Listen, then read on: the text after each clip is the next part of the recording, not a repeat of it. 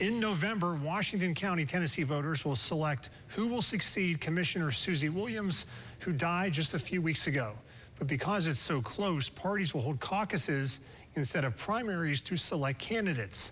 News 5's Caleb Perney joins us live from our Johnson City newsroom to explain how it all works. Caleb. Yeah, though caucuses are an option for parties in most elections, no one I talked to could remember the last time one happened in Washington County, Tennessee. But for this race, it's the only choice. Holding caucuses to decide the Republican and Democratic nominees is required by state law because of the date of when Commissioner Suzy Williams passed away. In Washington County, historically, I don't believe we do normally have caucuses, but since the primary has already passed, it's the only way to get a D or an R after someone's name on the ballot. What's still up in the air is whether county commissioners will appoint someone to fill the seat in the meantime.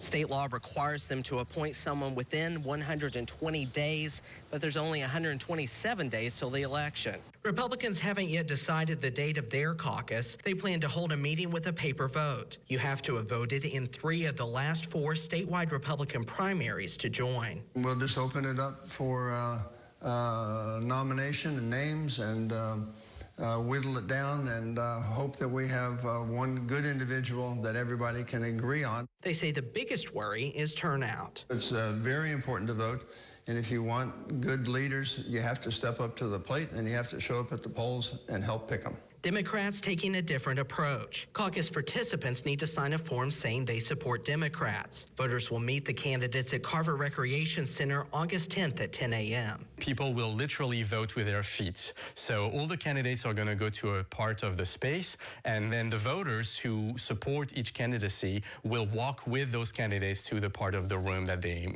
that symbolizes the candidacy of their preferred person. The candidate with the lowest support will drop out, and those voters can then join another. So that's when, there is really good voter and resident engagement in the electoral process, because that forces candidates to directly speak with voters. The nominees will then go up against any independent candidates in November.